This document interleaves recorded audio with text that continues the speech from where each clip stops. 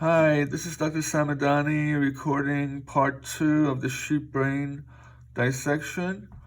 We're looking at the mid-sagittal section of the sheep brain right here. So what we see here is the cerebrum, right? The cerebrum with its gray matter on the outside and white matter on the inside. Okay, we see the cerebellum here, right, with its arbor vitae, which are the white matter, the tree of life, in the medial section of the cerebellum. We also see the beginning of the spinal cord here, at the end of the medulla oblongata. And the structures that we see are within the cerebrum are the frontal lobe, which is in the front here. We have the parietal lobe, and the temporal lobe would be on the other side, on the lateral and inferior portion of the brain. So this is the temporal lobe. And then the occipital lobe is going to be in the back side, right above the cerebellum, right where the tentorium cerebelli would separate the two structures from each other. So this is the tentorium cerebelli that's left over, and this is the cerebellum, and then this would be the occipital lobe. The right and left hemispheres we got to see with the part 1 of the dissection. We also saw the medial longitudinal fissure, which is the fissure right in between the two hemispheres.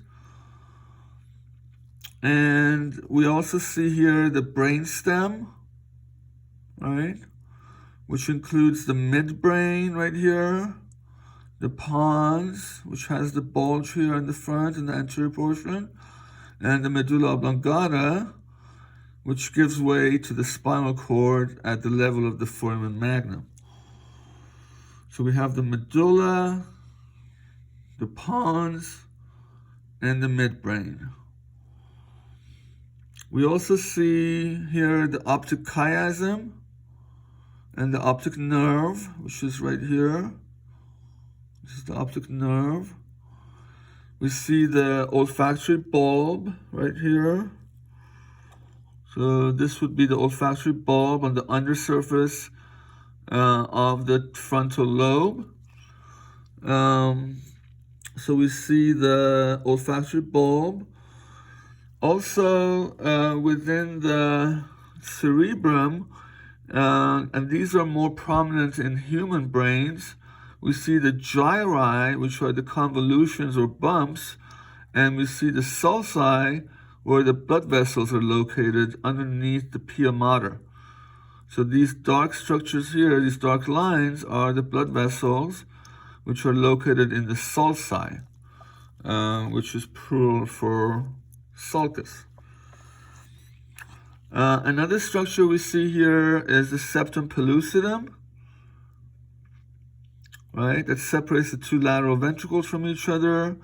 We see the third ventricle, which surrounds the thalami, right? And we see the fourth ventricle right here. Right here is the fourth ventricle, and this is the cerebral aqueduct that brings the CSF from the third ventricle to the fourth ventricle, which is located just anterior to the cerebellum and posterior to the pons and the medulla. We demonstrated the arbor vitae, which is the tree of life here. And we also see structures in the midbrain called the superior colliculus, which is involved in visual tracking. So we see the superior colliculus there. And we also see the pineal body right here. It's the pineal body. And on the other hemisphere, the right hemisphere, which I'm going to bring in right now, you see the pineal gland more prominently. Because the cut left the pineal gland intact. You can see the whole pineal gland here. And then you see the superior colliculus right underneath it. So this is the pineal gland right here, underneath the splenium, or the tail of the corpus callosum, which is right here. Okay, that's the pineal body. And then we see the thalamus right here.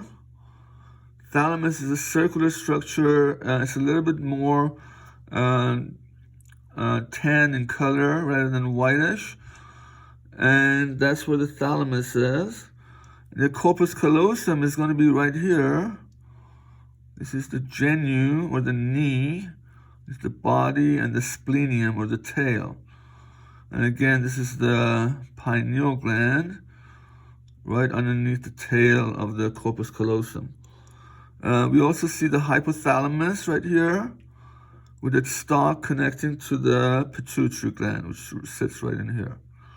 This is the pituitary gland. And we also saw the white matter and the gray matter within the cerebrum.